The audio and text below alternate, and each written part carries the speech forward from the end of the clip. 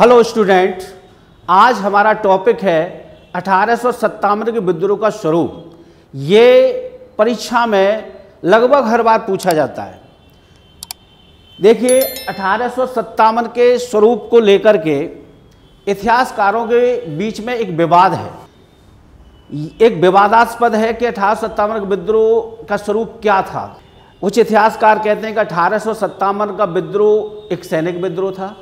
ज़्यादातर जो अंग्रेजी इतिहासकार हैं, जॉन सीले, हेनरी लॉरेंस, उनका ऐसा मानना है कि ये 1857 का जो विद्रोह है, वो जो विद्रोह जो था वो सैनिक विद्रोह था। सैनिक विद्रोह था क्योंकि वो अपनी कमजोरी छिपाना चाहते थे और उसे सैनिक विद्रोह सिद्ध करना चाहते थे। उनका कहना था कि कुछ नहीं था, बस सेना थी जो भड़क गई थी, वही 1857 विद्रोह है। तो क्या हम इस मत से सहमत हो सकते हैं? अगर 1857 का विद्रोह अगर सैनिक ही होता, सिर्फ सैनिक विद्रोह होता, तो हमने ये देखा है कि कहीं कहीं पर जनता ने, कहीं कहीं राजा महाराजा और कई वर्गों ने इस विद्रोह में भाग लिया था। तो हम ये कह सकते हैं कि 1857 का विद्रोह सैनिक विद्रोह से कहीं ज़्यादा था। वहीं दूसरी तरफ कुछ इतिहासकार, जैसे आपका बीडी सावरकर हैं, ठीक है, डिजरायली हैं, और भी कई इतिहासकार हैं जो ये कहते हैं कि 1857 का विद्रोह जो था वो राष्ट्रीय विद्रोह था। तो क्या हम इस मत से सहमत हो सकते हैं कि 1857 का विद्रोह राष्ट्रीय विद्रोह था? अगर ये राष्ट्रीय विद्रोह होता तो भारत की जनता इसमें भाग लेती, लेकिन भारत की जनता ने इसमें भाग नहीं लिया। हर एक जो विद्रोही था वो अपने स्वार्थ के लिए लड़ रहा था। तो हम ये कह सकते हैं कि 1857 का विद्रोह पूरी तरीके से राष्ट्रीय नहीं था, राष्ट्रीय से कुछ कम था। वहीं कुछ इतिहासकार ये कहते हैं कि हिंदू मुस्लिम षड्यंत्र का परिणाम था। तो हम ये विद्रोह के दौरान ये देखेंगे कि मुस्लिमों के साथ साथ इसमें हिंदू कुलीनों ने भी जो है इस विद्रोह में भाग लिया था।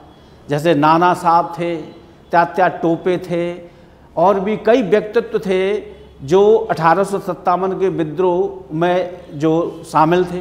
तो हम ये ऐसा भी नहीं मान सकते कि ये सिर्फ हिंदू मुस्लिम षड्यंत्र का परिणाम था। तो कुछ इतिहासकार ये कहते हैं कि 1857 का जो विद्रोह है वो जो है सभ्यता और बर्बरता के बीच संघर्ष था। तो क्या हम इस मत से सहमत हो सकते हैं? इस मत से भी हम सहमत नहीं हो सकते हैं।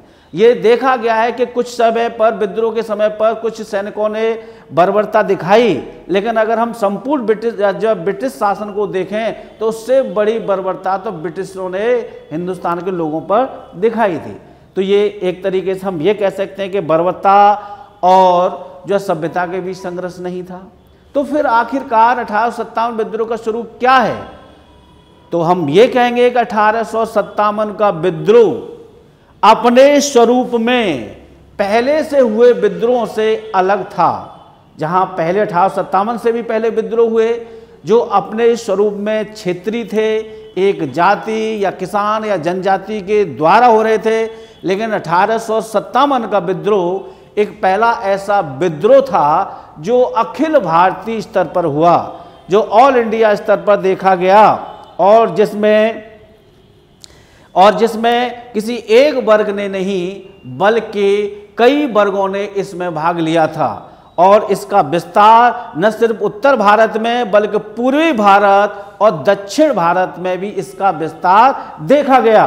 और एक विद्रोही, अगर कोई एक विद्रोही क्षेत्र में एक विद्रोही की अपील पर दूसरा विद्रोही जो था वो प्रभावित हो रहा था, तो इसका मतलब है कि वो उससे जुड़ा हुआ है, वो उससे कनेक्ट है, और जो जुड़ा हुआ है वो राष्ट्र है। तो हम ये कह सकते हैं कंक्लूजन के तौर पर, निष्कर्ष के तौर पर, कि 1857 का विद्रोह पूरी तरीके से राष्ट्रीय नहीं था, तो आरंभिक राष्ट्रवाद जरूर था।